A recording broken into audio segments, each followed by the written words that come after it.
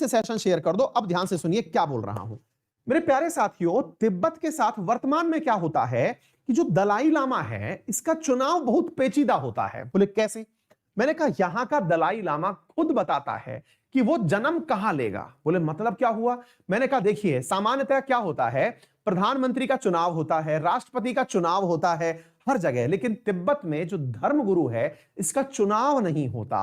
तो बोले फिर? मैंने कहा इसको उत्तराधिकारी भी नहीं बनाया जाता। जैसे मान लीजिए ये वर्तमान के दलाई लामा हैं, ये 14वें दलाई लामा हैं। दलाई लामा जो है वो मेरे प्यारे साथियों एक पद का नाम है, ये 14th दलाई लामा है। मतलब ये हुआ कि ये जो व्यक्ति आपको दिख रहे हैं ये असल में 14वें धर्मगुरु हैं। इनसे पहले 13 और रह चुके हैं। जब ये चले जाएंगे यानी महापरिनिर्वाण इनका भी हो जाएगा तो इनके बाद 15वां दलाई लामा आएगा। 15वां दलाई लामा कौन होगा इसको 14वें दलाई लामा खुद बताएंगे। अब वो पूछेंगे कैसे सर, ऐसे तो ये किसी को भी अपना उत्तराधिकारी बना देंगे। नहीं, इसका प्रॉपर मेरे प्यारे साथियों एनालिसिस होता है। यही स्टोरी आज आपको सुनानी है, बहुत आनंद आने वाला है, ध्यान से सुनिएगा मेरे प्यारे साथियों। असल में दलाई लामा अपने पुनर्जन्म के कुछ हिंट देता है। ध्यान से सुनना, बड़ी इंटरेस्टिंग कहानी है। अगर दलाई लामा का पुनर्जन्म होगा तो कहां होगा? जीवित रहते हुए वो नहीं बताते कि मैं इस व्यक्ति के रूप में जन्मूंगा, नहीं। ध्यान से सुनना, ये कहते हैं कि मेरा पुनर्जन्म होगा और पुनर्जन्म कहां होगा इसके बारे में सुन लो। वर्तमान दलाई लामा जब मरेंगे तो इनके मरने के 9 महीने से लेकर के 4 साल के बीच में दलाई लामा का जन्म हो जाता है। दोबारा सुनिएगा, इनकी परंपरा क्या है? 9 महीने से लेकर के, इनके मरने के 9 महीने से लेकर 4 साल के बीच में नए दलाई लामा का जन्म हो जाता है। बोले सर फिर कैसे पता लगेगा कि यही व्यक्ति दलाई लामा है? तरीका है और बहुत ही जबरदस्त तरीका है, मैं पहले आपको वो बताता हूं। लेकिन मैं वो बताऊं इससे पहले मैं आप लोगों को यहां पर एक बात और बताता हूं। 13वें दलाई लामा थे ना मेरे प्यारे साथियों, क्योंकि अभी वाले कौन से हैं? 14वें दलाई लामा हैं। 13वें दलाई लामा 1933 में मरे थे। 1933 में जब 13वें दलाई लामा मरे थे तो 14वें दलाई लामा 1937 में बनकर के आए थे। 1937 में 14वें दलाई लामा बनकर के आए थे, यानी इनके मरने के 4 साल बाद में 14वें दलाई लामा का पता चला था। अब आप पूछेंगे कि कैसे पता चला था? मैंने कहा कि तिब्बत वाले लोग सेलेक्ट करेंगे, तो बोले क्या चुनाव हुए थे क्या? मैंने कहा भाई साहब चुनाव होते तो एक किसान का बेटा जो कि मात्र 2 साल का था वो दलाई लामा ना बनता। दोबारा सुनिएगा मेरे प्यारे साथियों, जिन्हें आप वर्तमान में देखते हैं दलाई लामा के रूप में, ये जो फोटो आप देख रहे हैं, जब इनका दलाई लामा के रूप में चयन हुआ था तब ये मात्र 2 साल के थे और एक किसान के बेटे थे। मात्र 2 साल के और किसान के बेटे, और लहासा से बहुत किलोमीटर दूर। किसी को अंदाजा नहीं कि यह व्यक्ति दलाई लामा बन जाएगा। अब आप पूछेंगे तो फिर कैसे पता चला? मैंने कहा तरीका है इसका। क्या था मेरे प्यारे साथियों? जब 13वें दलाई लामा मर रहे थे तो उन्होंने अपने कुछ हिंट छोड़े थे। उन्होंने अपने हिंट छोड़े थे और हिंट छोड़ते समय इन्होंने ये कहा था। अब कैसे हिंट छोड़े अब मैं वो बताता हूं। दलाई लामा मरे तो इनका जो सर था वो दक्षिण की तरफ था। जो 13वें दलाई लामा थे वो दक्षिण की तरफ सिर करके मरे थे, साउथ दिशा की तरफ, ठीक है। लेकिन मेरे प्यारे साथियों जब कुछ समय बाद देखा गया तो उनकी बॉडी घूम गई पूर्व की तरफ। कहां की तरफ घूम गई? पूर्व की तरफ। पूर्व की तरफ घूमी हुई बॉडी को देख करके यह अंदाजा लगा कि दलाई लामा कुछ कहना चाह रहे हैं। पूर्व की तरफ जब बॉडी घूमी मेरे प्यारे साथियों, तो जिस तरफ बॉडी घूमी वहां बादल बनने का निर्माण हुआ। बादल, और वो भी एक अन्य मतलब विभिन्न, मतलब एक तरह से ऐसा कह सकते हैं अटपटे प्रकार के बादल बने जो आज से पहले किसी ने नहीं देखे थे। उन बादलों के बाद में जहां पर दलाई लामा मरे उसके बगल में महल था। उस महल के पिलर पर इनकी बॉडी के जस्ट सामने एक स्टार शेप आकृति का निर्माण हुआ। एक स्टार का निर्माण हुआ, स्टार शेप आकृति का निर्माण हुआ। और वो स्टार शेप आकृति एक फंगस की थी। फंगस बोले तो कवक ने मेरे प्यारे साथियों एक स्टार शेप आकृति बना ली थी। इस बादल के बाद में जब ये 13वें दलाई लामा मर रहे थे तो इन्होंने मेरे प्यारे साथियों अपने तरफ से जो हिंट दिए वो ये थे, पूर्व की तरफ होगा और पूर्व की तरफ जो व्यक्ति बनेगा वो एक प्रकार का मतलब तारे जैसा व्यक्तित्व रखेगा। अब यहां पर ये कौन इस बात का अंदाजा लगाएगा? चलिए अब मैं आपको वो बताता हूं मेरे प्यारे साथियों। अब यहां पर क्या होता है, इनके द्वारा दिए गए जो क्या कहते हैं उसको, आइडियाज होते हैं, उस समय बैठे हुए धर्म गुरु इनके द्वारा दिए गए विचारों को लेकर के फिर तपस्या करने चले जाते हैं। तपस्या करने जब जाते हैं तो तपस्या के समय मेरे प्यारे साथियों एक विशेष प्रकार की झील, वो है नदी, उस नदी का नाम है लात्सो नदी। क्या नाम है? लात्सो रिवर। उस लात्सो रिवर में जाकर के ये ध्यान लगाते हैं। कौन?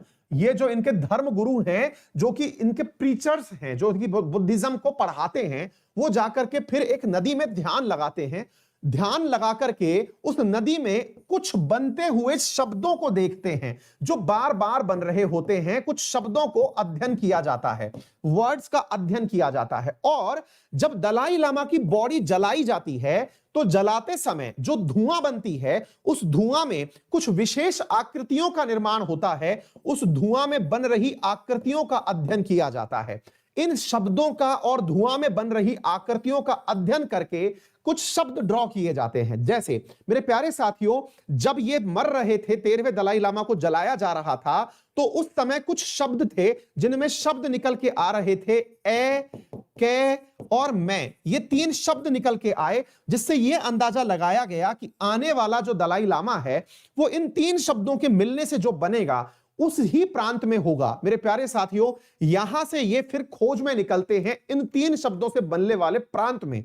मेरे प्यारे साथियों, आमदो करके, आमदो करके मेरे प्यारे साथियों एक प्रांत है तिब्बत के अंदर। वहां जाकर के इनकी खोज खत्म हुई इस चीज को लेकर के। किस चीज को लेकर के? कि ये व्यक्ति कहां मिलेगा। मेरे प्यारे साथियों, वहां पर एक व्यक्ति जिसका नाम था, जो 2 साल का ही हुआ था, जिसका नाम था लाहामो दोबुंग। लाहामो दोबुंग, इस व्यक्ति का नाम था लाहामो दोबुंग। लाहामो दोबुंग जो कि 2 साल का बच्चा था। मेरे प्यारे साथियों, उस जगह पर एक बच्चा पैदा हुआ था दलाई लामा के 9 महीने बाद मरने के। और मतलब यहां पर पूरी रिसर्च करने के बाद इनको लगा कि लाहामो दोबुंग जो है, सॉरी, उनके तुरंत 9 महीने बाद नहीं, लाहामो दोबुंग 2 साल का था। उसको ये जब मिलने पहुंचे तो इस बच्चे को, जो कि अभी 2 साल का है, इन्होंने 13वें दलाई लामा के, ध्यान से सुनिएगा, 13वें दलाई लामा के कुछ दोस्तों की फोटो दिखाई, कुछ मतलब चीजें दिखाई, जो कि मंत्र उच्चार वगैरह थे वो दिखाए, कुछ महत्वपूर्ण पहचान के शस्त्र दिखाए, या फिर महत्वपूर्ण चीजें दिखाई कि ये कुछ पहचानता है क्या। तो ये जो लाहामो दोबुंग है, जो काफी मीलों दूर था, ये 2 साल का बच्चा 13वें दलाई लामा की उन सारी चीजों को पहचान गया था। और ये जब लाहामो दोबुंग ये पहचान गया तो किसी को बिना बताए ये बच्चे को लेकर के अपने साथ चले आए। लेकिन अभी तक भी ये कंफर्म नहीं था कि ये बच्चा वही है। इस 2 साल के बच्चे को लेकर के आते हैं और मेरे प्यारे साथियों, इसे फिर एक विशेष प्रकार की ट्रेनिंग देते हैं। उस ट्रेनिंग के दौरान इन्हें विशिष्ट प्रकार के अध्ययन करवाए जाते हैं, विभिन्न प्रकार की पढ़ाई कराई जाती है, और फिर इसके आचरण से जांचा जाता है कि हमारी जांच में कोई गलती तो नहीं हो गई। उस गलती की जांच के बाद में मेरे प्यारे साथियों, इस व्यक्ति को 6 साल तक की कठिन परीक्षा से गुजरना होता है कि हां, इसने, हमने जो चुनाव किया है ये गलत नहीं है।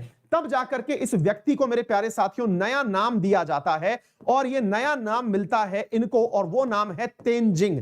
तो वर्तमान जो दलाई लामा है, इनका नाम है तेंजिंग ग्यात्सो। इनका नया नाम है तेंजिंग ग्यात्सो, ये इनका नया नाम है। तो लाहामो दोबुंग जो 2 साल का बच्चा था, ये 6 साल की कठिन परीक्षा लेने के बाद में तेंजिंग ग्यात्सो नाम से नया नाम लेता है, और यही फाइनली डिक्लेयर किया जाता है। ऐसा नहीं है केवल एक ही बच्चे को उठा करके ले आए, बहुत सारे बच्चे एक साथ इसी आधार पर लाए जाते हैं, और उन सबका प्रॉपर तरीके से टेस्टिंग चलता है कि इन्हें धर्म का ज्ञान है अथवा नहीं। और तब जाकर के तेंजिंग ग्यात्सो उन बच्चों में से चुने गए कि यही वो व्यक्ति है जो 13वें दलाई लामा की चीजों को आगे फॉलो कर रहा है, यानी कि इसके अंदर वो चीज है जो 13वें दलाई लामा कहा करते थे।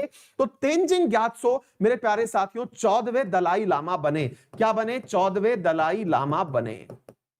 बोलिए साहब, आपको दलाई लामा की कहानी समझ में आई या नहीं आई? कुछ पता चला कि नहीं पता चला? अब ध्यान से सुनिएगा मेरे प्यारे साथियों, आपने ये जो रिचुअल देखा, इसी रिचुअल की सबसे बड़ी परेशानी क्या है कि चाइना कहता है कि हम लोग दलाई लामा को तिब्बतियों के अनुसार नहीं चुनेंगे, हम इस अंधविश्वास में विश्वास नहीं रखते, और हम इस परंपरा में विश्वास नहीं रखते, हम अपनी तरफ से दलाई लामा नियुक्त करेंगे।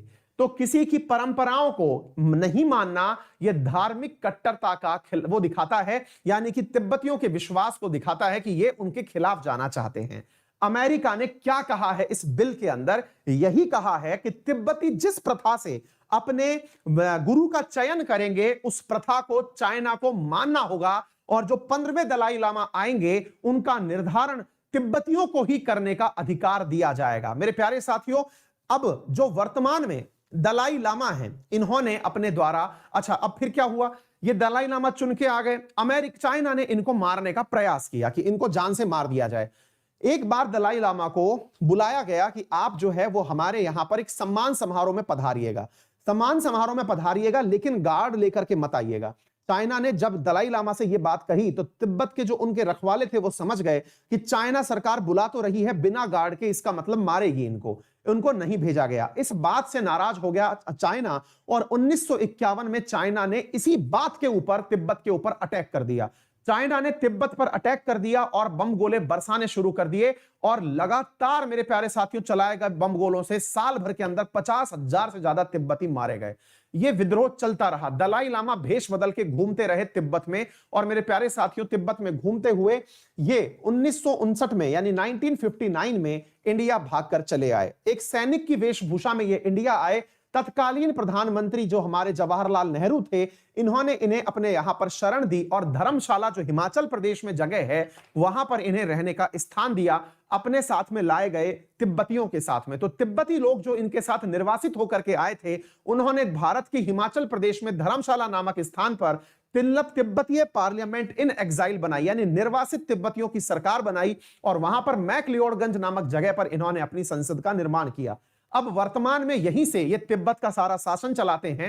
इसी बात पर नेहरू जी और चाइना के बीच में लड़ाई हुई, और चाइना ने कहा कि आप हमारे आंतरिक मामले में दखल दे रहे हैं। यही कारण है कि 1961 का युद्ध हुआ और भारत की काफी अपूरणीय क्षति हुई। मेरे प्यारे साथियों, ये है वो दलाई लामा जिसका भारत के साथ में बहुत गहरा संबंध है, और चाइना इस चीज से बिल्कुल खुश नहीं है कि हमारे इंटरनल मैटर में भारत ने क्यों इंटरफेयर किया। अब आप सवाल तो जानना चाहेंगे क्यों किया।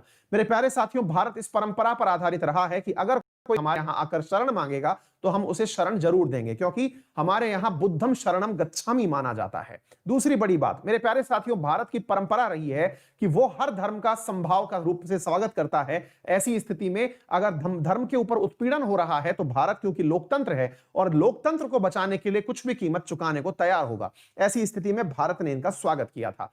अभी सबसे बड़ी मिर्ची इस बात पर लगी कि वर्तमान में जो दलाई लामा है, इन्होंने घोषणा यह कर दी कि अगला दलाई लामा भारत में जन्म लेगा। ये अपने मरने से पहले देने वाले हिंट में ये जानकारी दे गए, और क्या कहा कि अगला दलाई लामा भारत में जन्म लेगा। इससे चीन के अंदर और ज्यादा चिड़ी मच गई है कि भैया अब अगर ये इंडिया में जन्म ले लिए तो फिर हमें ढूंढने में भी दिक्कत आएगी कि वो व्यक्ति कौन है, और ऐसी स्थिति में सारा बात आएगा। अगर आपको ये सारी बातें जान करके अच्छा लगा हो तो इसी बात के लिए एक बार दम लगा के सेशन शुरू कर दो, शेयर कर दो। मेरे प्यारे साथियों, कितना सारा ज्ञान मैंने आप लोगों को बता दिया है। अब यहां पर आपके सामने सवाल पूछा गया है, belt and road initiative sometime mentioned in news in the context of affairs of. तो यहां पर पूछा गया है